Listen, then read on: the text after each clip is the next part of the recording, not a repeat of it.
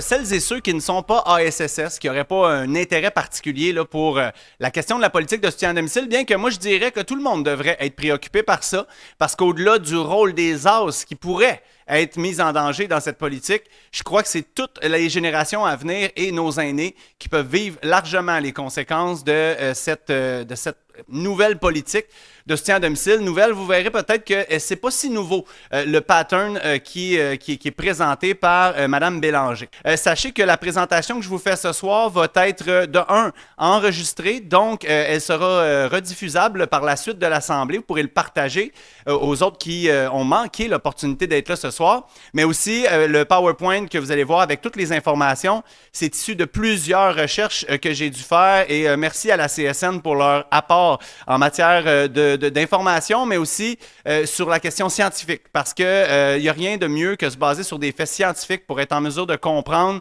que c'est pas juste un speech syndical pessimiste qu'on apporte ce soir, c'est une réalité et c'est un pattern capitaliste qu'on connaît déjà historiquement.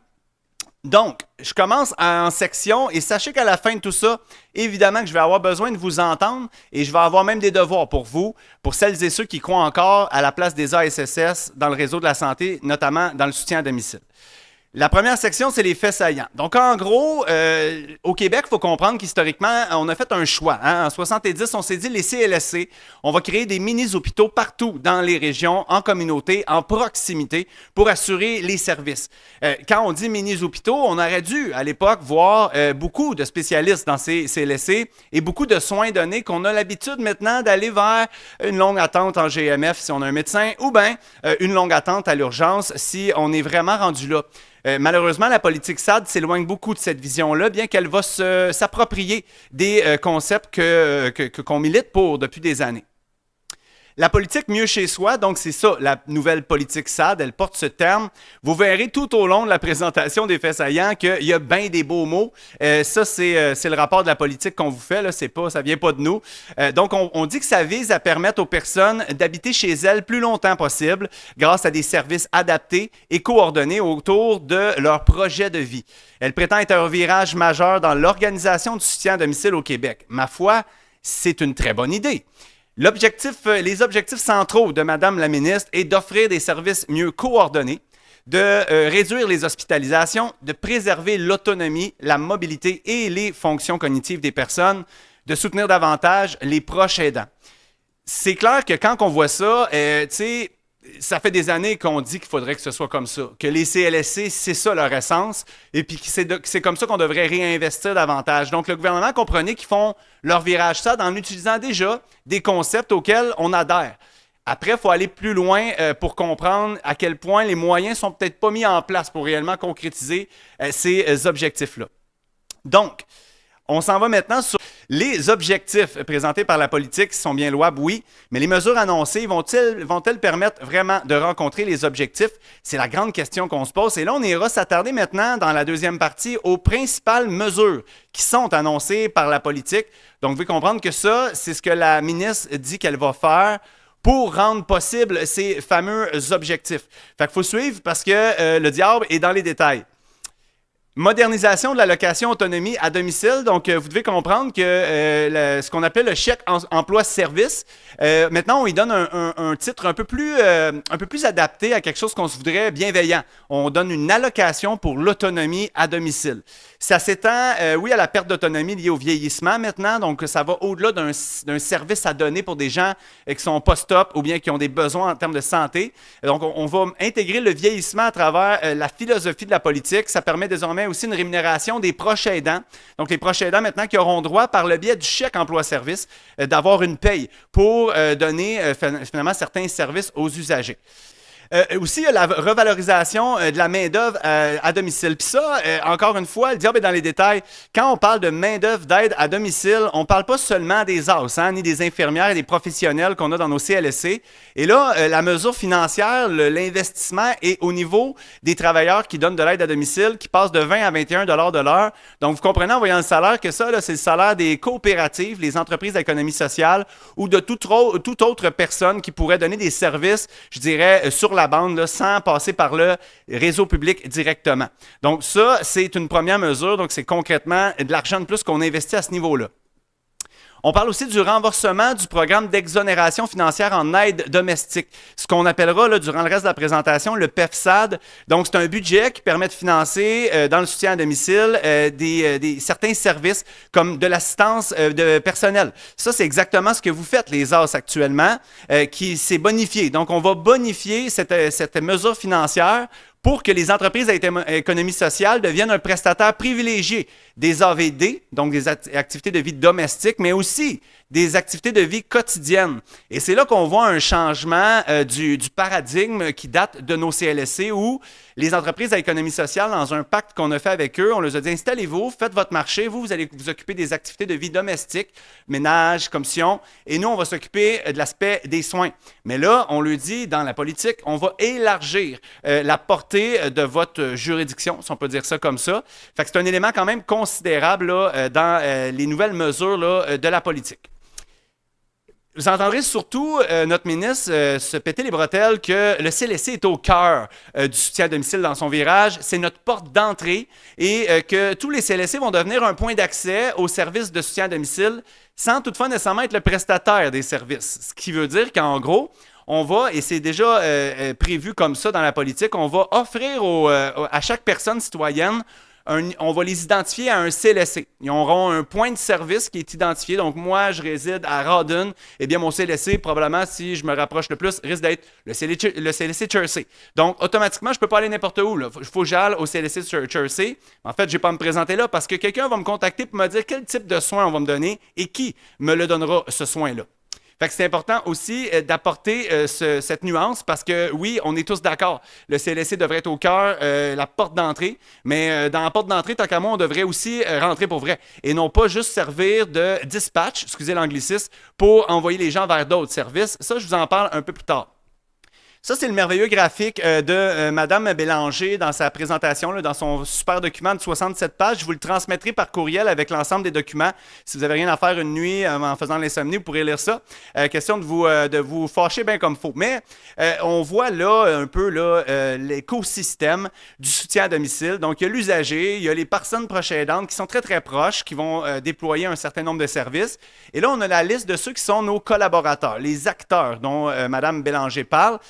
C'est quand même intéressant déjà à ce niveau-là de voir que le centre de jour, centre hospitalier et centre de réadaptation avec CLSC sont nos services purement publics. Après ça, si on descend le reste de la liste, vous verrez que ça, c'est des services parapublics ou même privés. Donc, aux yeux du gouvernement, ce sont les acteurs qui ont à donner les soins à la clientèle de soutien à domicile.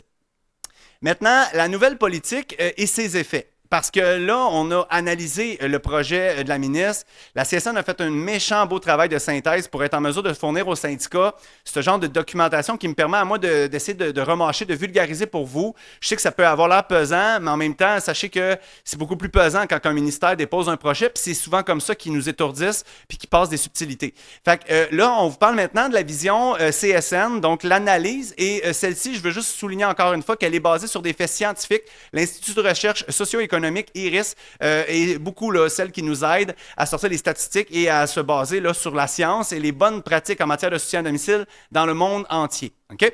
Donc, les nouvelles politiques entraînent plusieurs effets, oui. Le premier effet, eh bien, un virage vers la privatisation et la précarité d'emploi. Effectivement, et c'est sans complexe que la ministre maintenant aborde sa politique avec, oui, on ouvre les portes au privé, soutien à domicile qui mise sur une privatisation accrue, affaiblissant davantage, oui, le modèle public déjà très fragilisé, oui, par des réformes successives, mais aussi les emplois créés qui sont largement précaires, majoritairement occupés par des femmes racisées, des femmes immigrantes. Il faut comprendre qu'il y a un aspect, je dirais, discriminatoire dans l'idée de plus qu'on va en envoyer dans les coops, dans les proches aidants, c'est des travailleurs qui sont habituellement non syndiqués, qui ont pas non plus de conditions de travail, des heures fractionnées. Et au bout du compte, c'est souvent des métiers féminins. Donc, encore une fois, on vient élargir la discrimination féminine en disant que dans le soutien à domicile, maintenant, là, on assume quasiment que ce soit des métiers qui sont mal payés avec des conditions médiocres. Fait que ça, c'est un premier élément à soulever dans l'analyse de la CSN et de l'IRIS sur cette politique de soutien à domicile. Aussi, le virage stable avec la précarité et la privatisation, important de dire que oui, quand on parle de protection, on ne parle pas juste de droits en matière de salaire, mais on parle aussi des avantages sociaux, la formation, la qualification. Puis ça aussi, plus tard je vous en parle, il y a un aspect inquiétant quand on dit qu'on ouvre les portes à plus de travailleuses de ce type-là. Aussi, le rôle accru, mais risqué des proches aidants. Parce que oui, les proches aidants, maintenant, ont une rémunération par le biais du chèque emploi-service. Et ce sont, encore une fois, principalement des femmes qui vont exercer ce rôle. C'est des gens qui sont sollicités beaucoup et on le sait, vous le voyez, vous, les as plus que tout le monde. Les proches aidants sont surmenés. Parfois, font du 24/7 auprès de leurs proches. Et là, parce qu'on les paye, c'est comme si on achetait leur silence. Et là, on va devenir responsable parce qu'on a une paye de faire certains soins, certains services. Et ça, à moyen, long terme, on peut s'attendre à ce que certains services autrefois faits par le CLSC vont devenir strictement dédiés à des personnes proches aidantes en disant, mais toi, tu es un proche aidant, donc c'est pas le service public, parce que nous, on est en mode rigueur budgétaire. T'sais. Donc, le transfert des responsabilités est un problème et l'aspect de la protection des droits du travail était préoccupant pour nous. Il y a aussi la fragmentation du travail puis l'instabilité de ce travail-là, parce que oui, ce modèle-là transforme chaque usager comme un employeur distinct. Et quand on a un employeur distinct, ce boss-là, qui est un usager, a peut-être pas tous les moyens et peut-être pas nécessairement tout en sa pleine capacité. Et oui, on va se retrouver avec des morcellements d'horaires. Donc, une personne qui va faire de l'aide à domicile comme proche aidante va s'en aller faire un petit 2 heures, repart à la maison, le soir, il faut qu'elle repasse. Donc, on assure moins bonne qualité et stabilité d'horaire, encore pour des femmes qui, rappelons-le, elles ont des responsabilités familiales, une charge mentale. Et là, ben, c'est comme ça qu'on veut subdiviser le métier. Il faut s'entendre que déjà 40 000 personnes offrent déjà des soins à domicile dans des conditions qui sont marquées par l'absence d'assurance collective, de régime de retraite, de formation et d'avancement professionnel. Parce que c'est ça, l'avancement professionnel pour une femme, déjà, c'est statistiquement prouvé qu'une femme vit certaines conséquences du fait qu'elle a sa charge familiale. Souvent, va être la proche aidante parce que, moyennement parlant, là, pas tout le monde, le mari va faire un plus gros salaire, il va continuer à travailler. La mère, elle va devoir gérer la famille et du coup, son avancement social et de carrière va être amoindri. Et là, ben, on dit que ces travailleuses-là vont être finalement en hausse dans le marché du soutien à domicile.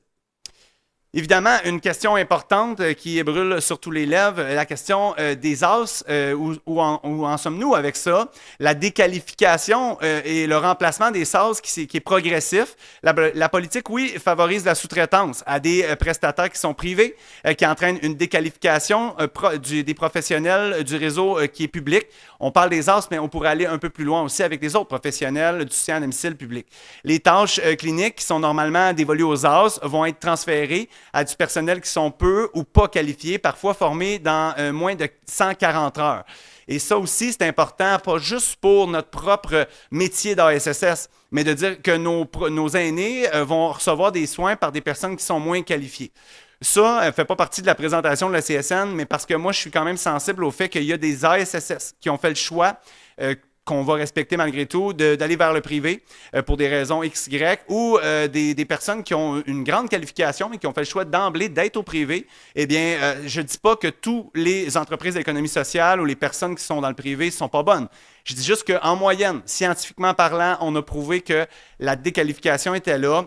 140 heures, c'est pas beaucoup pour apprendre un métier aussi essentiel, tu sais. Évidemment, l'impact sur les personnes usagères est une préoccupation qu'on a.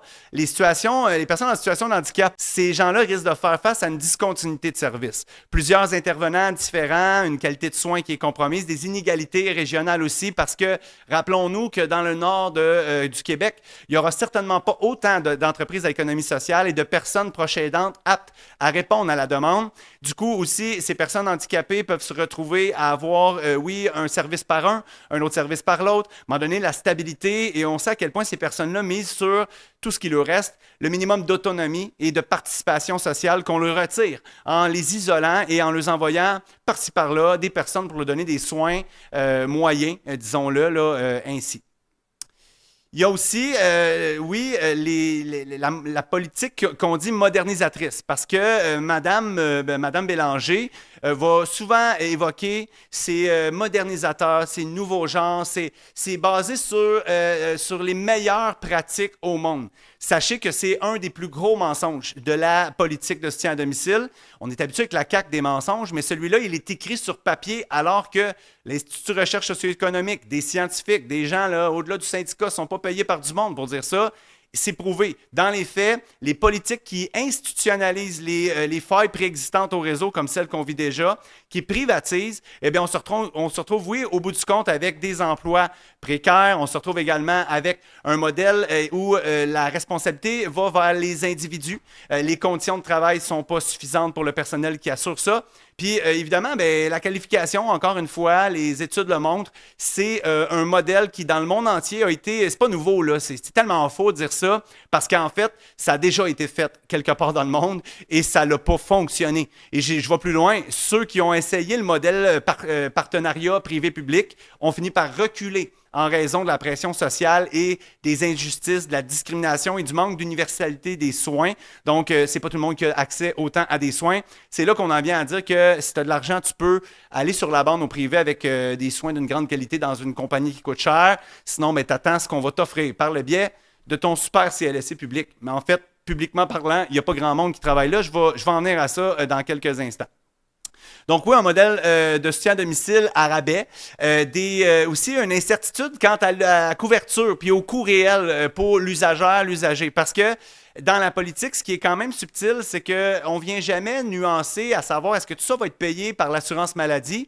Parce qu'au bout du compte, ce qu'on voit, c'est qu'ils installent des business, des entreprises qui vont être davantage financées dans le privé et qui vont générer du profit, qui vont prendre un pouvoir dans la population et qui vont devenir même un monopole à un certain moment de certaines tâches autrement attribuées aux AS. Et ça, ben, ça indique que oui, la politique SAD ne seront pas nécessairement sans frais pour les usagers. Moi, je donne souvent l'exemple de l'assurance maladie et des soins dentaires et de l'assurance maladie aussi des soins de psychologue. C'est autrefois des services qui devaient être 100% payés par le public, mais par la force des choses, à force de ne pas embaucher de psychologue, c'est rendu une denrée rare. Puis, qu'est-ce qu'on fait quand on a besoin de se faire donner une consultation puis qu'on a besoin ici maintenant? Ben, c'est tellement long dans le public qu'on le juge inefficace. On va prendre nos assurances collectives puis on va aller au privé pour avoir un service qui est important, urgent.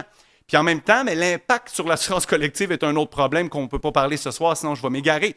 Mais sachez que chaque fois qu'on utilise l'assurance collective pour couvrir des soins qui ne sont pas couverts ou qu'on veut avoir plus vite, eh bien, notre coût de groupe vient influencer annuellement le coût de l'année d'après pour nos assurances collectives. Maintenant, la nouvelle politique et son financement. Je sais que le financement pour vous, concrètement pour les AS, c'est peut-être pas nécessairement votre tasse de thé, mais je trouve que, et vous le verrez par la présentation, qu'on voit de façon très claire comment le gouvernement investit en ce moment et là où il n'investit pas, mais pas du tout. Premièrement, le programme de soutien aux familles comprend, oui, diverses mesures d'allocation directe, entre autres l'achat de services de répit, de gardiennage, de dépannage et de soutien au rôle parental par l'appui aux tâches quotidiennes. Donc, nos fameuses AVD, et là, on commence à basculer vers l'AVQ. Donc, c'est davantage d'argent que le gouvernement va confier à ces programmes d'allocation-là directs pour que les gens se payent eux-mêmes le service. Il y a aussi le programme d'exonération financière au service d'aide à domicile, le fameux PEFSAD dont je vous parlais tantôt. On vient bonifier encore une fois le montant, l'enveloppe financière qu'on donne pour ça. Réduction de tarifs horaires pour les services d'aide à domestique offerts par les entreprises d'économie sociale, les coops. Une offre financière aussi aux personnes en fonction de différents critères, dont le revenu et la situation familiale.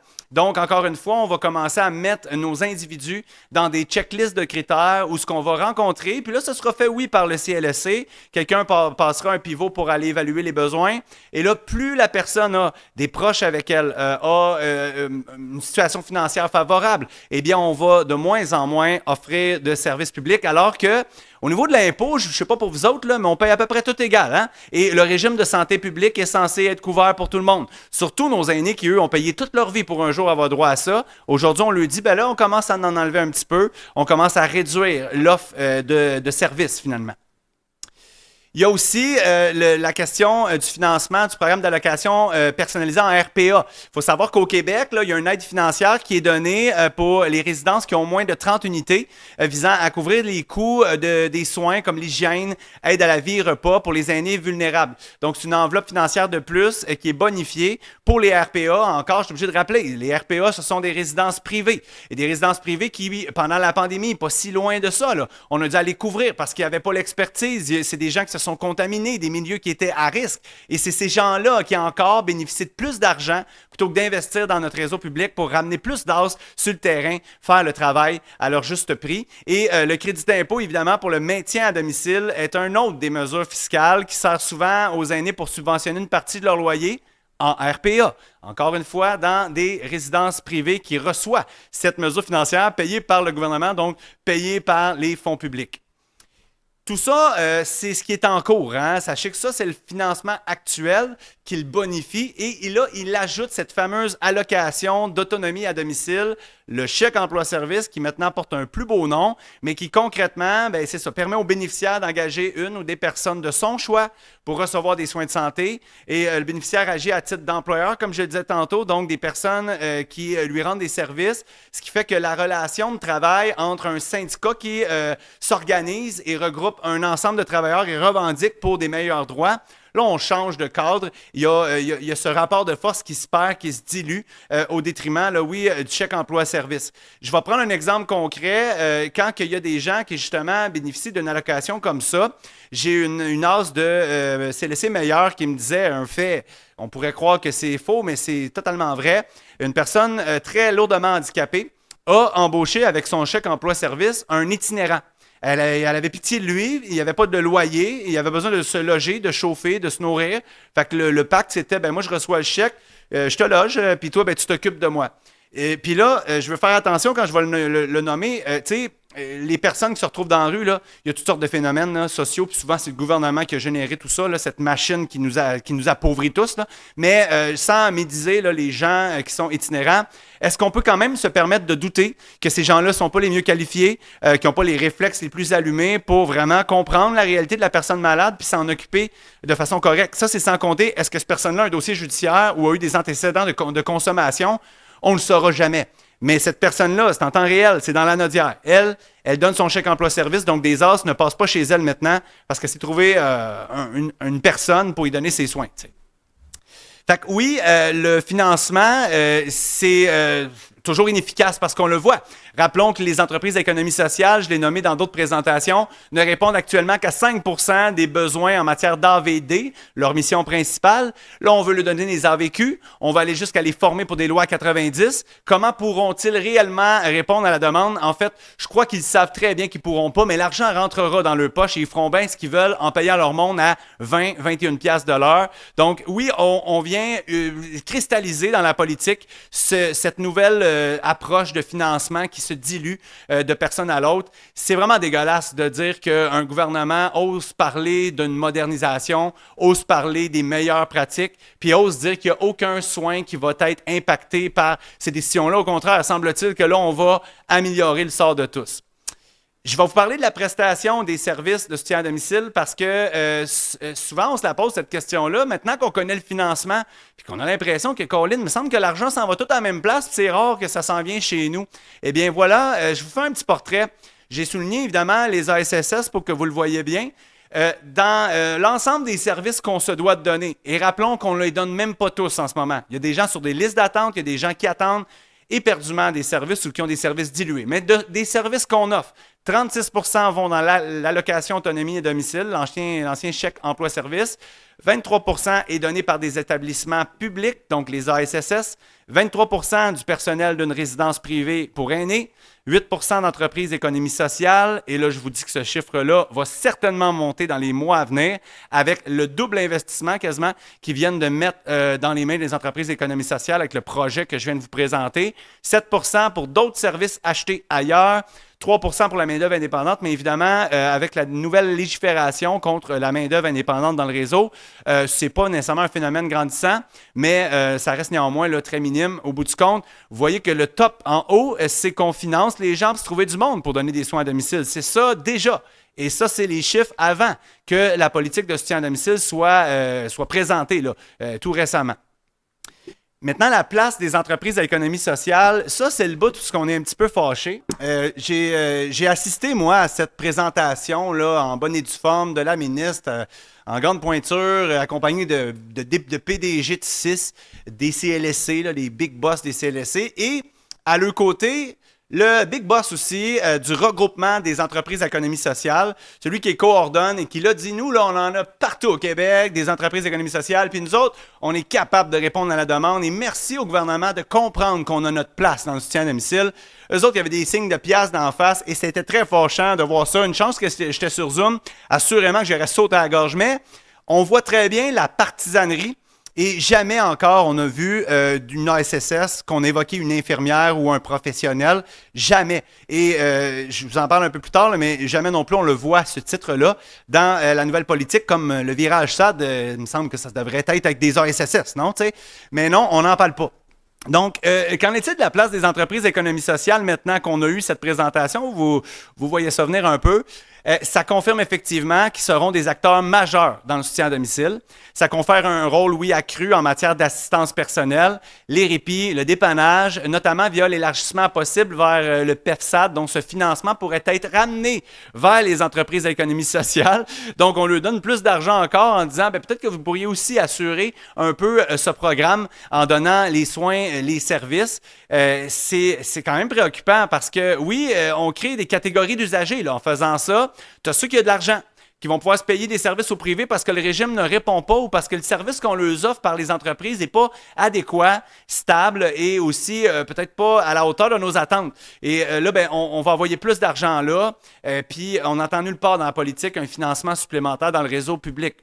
Au lieu de viser, oui, sur donner accès à tout le monde, au public, et on envoie plus la responsabilité aux entreprises d'économie sociale. L'inclusion éventuelle des services d'assistance personnelle en vécu là, est à venir. Les services de répit, les services de dépannage, l'exonération financière là, va combler ces besoins-là, va financer. Donc, tu sais, tantôt, et je dis tantôt depuis tout à l'heure, mais j'approche la fin. Écoutez, je vous ai dit 67 pages, puis que le vrai projet du gouvernement, c'est une montagne. On a passé à travers ça. J'ai personnellement passé à travers ça. Je vous fais une présentation de 15-20 minutes. C'est la moindre des choses, mais j'achève.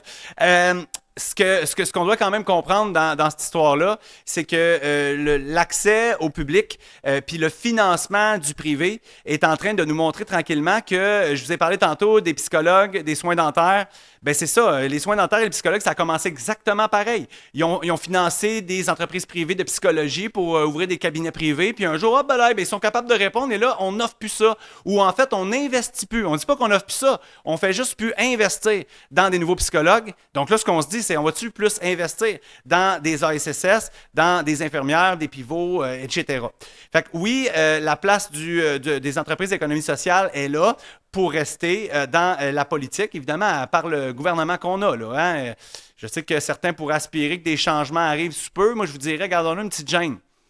Donc, en conclusion, les grands constats. Et c'est là qu'on se fâche, et c'est là que tantôt, on aura peut-être une petite lecture d'intégrité et de se parler dans le blanc des yeux avec les as sur l'avenir de notre métier. L'ouverture à la privatisation, je vous l'ai nommé, j'en parle pas plus, on ouvre les portes et c'est écrit maintenant, c'est même plus subtil. Le mépris envers les as parce qu'il y a une absence totale de mention des auxiliaires aux services de santé et sociaux dans la politique, comme si le virage ne pouvait se faire sans vous, sans considération de vous. Le manque de reconnaissance des 7000 professionnels formés aussi, qualifiés, qui ont le cœur au soutien à domicile. L'absence du signal et de la volonté qui demeure de construire une capacité de public forte dans le soutien à domicile est complètement absente. La déqualification du personnel, je l'ai assez abordé. Des formations de moins de 140 heures, c'est pas comme ça qu'on obtient des soins à domicile de qualité. Dégradation de la qualité des services, ça aussi, je vous le dis, c'est pas juste un speech syndical, c'est basé sur la science qu'on vous dit là, c'est prouvé.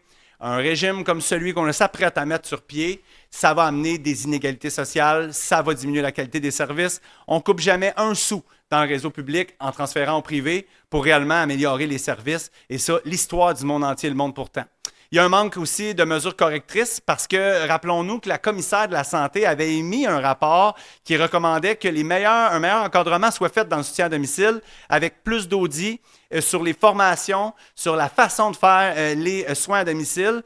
Et là, ben, dans cette politique, on ne parle pas de comment on va s'assurer que tous ces acteurs sociaux là, qui s'impliquent davantage dans le soutien à domicile vont être audités, qualifiés et qu'on va s'assurer de la formation, de sa pertinence aussi. Finalement, il y a cette fameuse trahison pour ceux qui sont plus vieux, qui ont un jour vu les CLSC Night. Il y avait ce pacte avec les entreprises d'économie sociale où on disait vous allez vous occuper des AVQ, vous allez nous aider là-dessus, tout on s'occupe du reste. Aujourd'hui, on les voit fiers, pimpants, les signes de pièce dans les yeux, assis à côté de la ministre qui dit nous, on est prêts à aller en prendre plus. Le pacte est trahi, le pacte est terminé et ils viennent nous annoncer qu'en fait, ce qu'ils vont faire, ce qu'ils veulent faire, c'est prendre plus de place que nous et qui se disent comme un meilleur acteur que nous pour faire le travail. Fait que oui, ça peut être très préoccupant. Puis, tu sais, j'ai réfléchi à quelques reprises, j'ai discuté avec des as aussi pour me demander où je me plaçais dans cette présentation-là. J'ai tendance parfois à essayer d'encourager les gens parce que ça prend un peu d'encouragement pour se retrousser les manches puis aller de l'avant. En même temps, je serais bien malhonnête de vous dire que tout ça, ça aspire la confiance, que les ASSS sont là pour rester pour toujours. En même temps, au CIS de la Naudière, la direction générale, on a créé des postes récemment. Il n'y a pas un signal qui m'a été confirmé comme quoi que là, oui, on a un call, on va canceller des postes. Par contre, quand on dit qu'on va investir juste dans le privé, puis que nullement dans la politique, on parle d'investir un petit peu plus dans le public, ben tu sais, je vous charrierai pas, Christy. Tu sais. Alors vient cette fameuse question, la valorisation du rôle des as et comment qu'on fait pour y arriver, comment qu'on fait pour sauver l'affaire. Évidemment, j'invite les gens à ne pas trop avoir d'espoir. Hein, puis là, oui, avant de partir là, je vais quand même faire un petit point parce que c'est féministe. On a maintenant une deuxième première ministre du Québec dans notre histoire du Québec.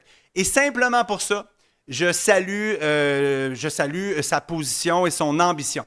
Par contre, au-delà du show qu'il donne, rappelons-nous pour qui elle travaille et quelle idéologie elle répand. Parce que c'est pas parce qu'elle est arrivée là soudainement que le parti va changer d'idée, va revoir sa politique. Fait qu'ils n'ont pas d'espoir que d'ici les 7 prochains mois, pendant le mandat de la CAQ, elle va changer ou revirer de bord dans le virage SAD. Là, ça, comptez-y même pas. Après ça, il y a ouais, mais tu sais, on va changer de gouvernement, Simon, là, ça va aller mieux. Moi, je vous invite à trouver un gouvernement en ce moment qui est sa carte, là, qui va vraiment, là, qui s'est engagé en ce moment à dire moi, là, je vais faire du régime public en santé universel, je vais m'occuper de vous autres, puis la privatisation, on va mettre ça de côté. Au contraire, parce que tous les gouvernements qui pourraient prendre le pouvoir ont un objectif de récupérer le plus de sommes des fonds publics pour faire les investissements qu'ils veulent bien, avec des idées qu'ils veulent bien répandre, qui ne sont pas les nôtres. Ça n'a rien de démocratique. Fait que, je vous le dis tout de suite, je vous casse votre bulle, là. Peu importe l'élection du mois d'octobre prochain, c'est pas là qu'on va défendre nos as. Donc maintenant, il faut se poser des grandes questions. C'est là que je dis que j'ai dû réfléchir un peu à comment j'allais l'aborder, mais je vais quand même le faire comme ça. Qu'en est-il de l'avenir des as, Simon? Parce qu'on me la pose, cette question-là. Après, oui, cette analyse complète là, de la politique SAD, ça semble assez évident hein, que le métier des as ne semble pas tant être reconnu à sa juste valeur, puis que l'effet du virage SAD de la ministre Bélanger n'évoque en rien que la contribution des as dans la prestation des soins à domicile va être partie prenante. On va juste servir de dispatcher les CLSC, puis on va donner les soins les plus lourds, hein, les plus professionnels, dit-on. C'est bien valorisant de dire que vous faites des lois 90, les femmes, je vais dire les femmes, je sais qu'il y a des hommes house, hein, Philippe, mais quand même, majoritairement féminin, les femmes, vous êtes confrontés à ça, votre charge ne cesse qu'augmenter. Pourquoi? Parce que vous les avez plus les répits, vous les avez plus les bains ou presque pas. Il y a plein de tâches qui ont été relevées là, puis là, dites-vous que bientôt, on va voir certaines autres tâches s'en aller dans l'autre cours. Vous, il vous reste les gros soins pesants. Ce que les coops pourront jamais faire, peut-être parce qu'ils n'ont pas un cadre légal et une formation qui est reconnue au sens légal de la chose. Sinon, vous allez copier pour ça. Ça, c'est certain. Fait que les gens m'ont demandé souvent, Simon, qu'est-ce qu'on doit faire? Qu'est-ce qu'il faut faire pour valoriser les as? On est importante, il faut justifier notre rôle. Moi, je vais vous dire quelque chose avant de discuter de quelconque moyen, là, parce que le syndicat, là, c'est rare que je vous le dise, mais le syndicat, c'est vous autres. Puis je dirais que vous autres, vous avez une longueur d'avance sur les autres parce que vous êtes là à soir. Puis je vais vous le dire, là, regardez le nombre de personnes présentes dans le Zoom.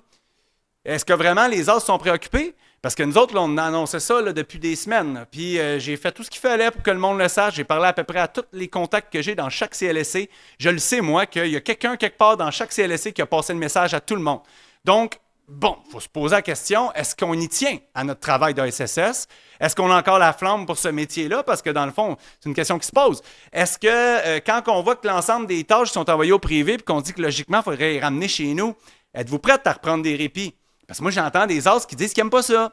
J'entends des as qui trouvent qu'une route de plus de 5 heures, 5 heures et demie, c'est trop chargé. Parce que oui, l'optimisation, vous la voyez comme malveillante, hein? Mais en fait, ce qu'on fait, c'est qu'on maximise la présence d'une as dans le soutien à domicile et de bouder ces tâches-là pour éventuellement vous confronter à un autre phénomène. L'employeur, par la loi, est obligé de donner les services d'aide à domicile. Fait que si vous n'êtes pas là pour y répondre, bien, Christy qui va l'envoyer dans le privé. Fait que ça avec, il faut se le dire. Fait que qu'est-ce que le syndicat peut faire? Bien, le syndicat, c'est à l'image des membres et de ceux qui s'impliquent et de ceux qui s'engagent dans la lutte.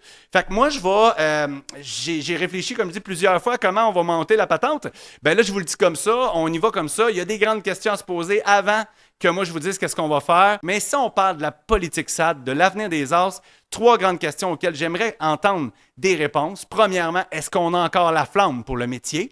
Hein? Ça, c'est important. Est-ce qu'on tient à garder les tâches qu'on a en ce moment ou est-ce qu'on veut faire des caprices qui pourraient nous coûter cher? Est-ce qu'on est en mesure aussi de bien expliquer ce qui se passe et ce qui distingue une as du secteur privé?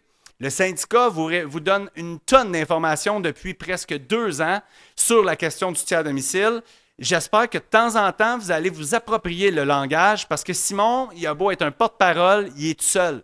J'ai besoin de vous autres pour être en mesure d'expliquer parce que vous êtes les yeux, les oreilles. C'est qui les personnes qu'on doit viser là-dedans? C'est la clientèle, c'est les familles. Moi, je ne les vois pas. Vous les voyez. Alors, armez-vous des arguments qu'on vous offre et mettez-vous en mode explication, sensibilisation. Est-ce que vous êtes prête à faire ça? Ou est-ce que vous êtes trop découragé face à la montagne qui se présente devant vous? Finalement, est-ce que vous êtes prête à vous impliquer dans une éventuelle bataille pour défendre la place des as dans le soutien à domicile? Parce que j'aurais beau sortir des communiqués, aller à la presse, à TVA, ils n'en ont rien à battre tant que la population ne gueule pas. Tant qu'on n'a pas un monsieur qui a eu un impact des soins, puis ça, c'est c'est payant à TV, excusez, la soirée, je m'égare un peu, là, je sac, mais je suis fâché aussi. Est-ce qu'on a besoin de ça? Oui. TVA ne voudra pas écouter un syndicat. TVA ne voudra pas non plus entendre les gros durs employés du secteur public qui sont donc chanceux d'avoir les conditions qu'ils ont. Sauf que par contre, un monsieur Tremblay X d'une région Y là, qui dit qu'il y a moins de services depuis que la nouvelle politique est en place, que la coop n'est même pas capable de répondre à son engagement d'être là à tous les jours comme prévu, ces affaires-là, on a besoin de les ramener. Puis encore là, moi, je ne les connais pas, ces cas-là. Vous les entendez, puis plutôt que de l'en parler entre vous autres, il va peut-être falloir s'organiser entre nous.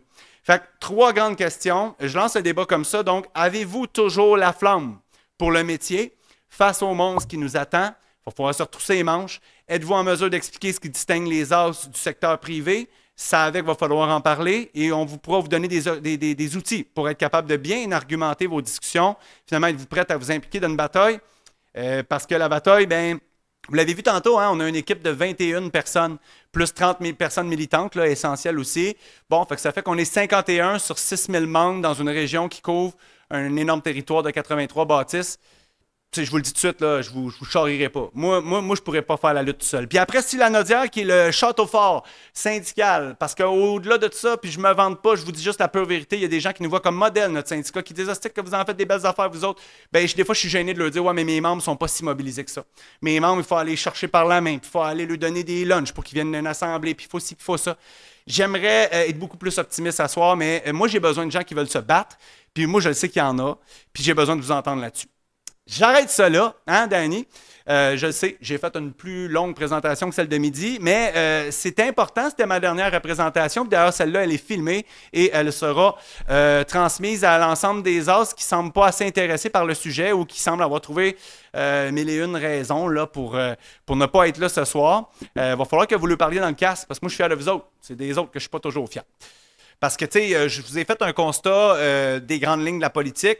Je vous ai aussi dit qu'on ne s'en cachera pas, là. Si vous voulez que notre métier continue des ASSS, il va falloir travailler pour, faire la sensibilisation, il va falloir faire des efforts, puis pas s'accabler, parce que là, on est comme dans un air critique où il y a un virage, puis c'est un mauvais virage. Fait qu'il va falloir faire revirer ça de bord tranquillement.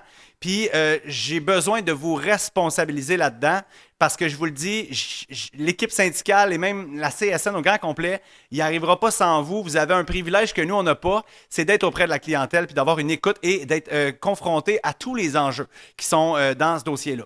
Donc, une mission que je vous laisse ce soir, premièrement. Je vais demander à toutes, et là j'en ai une ou deux ce soir, puis pour les autres qui en connaissent, j'aimerais avoir le contact de chaque chef d'équipe et agente aux routes pour celles qui en ont. Puis celles qui n'en ont pas, dites-moi là, chef d'équipe, au pire, je vais essayer de travailler aussi là-dessus.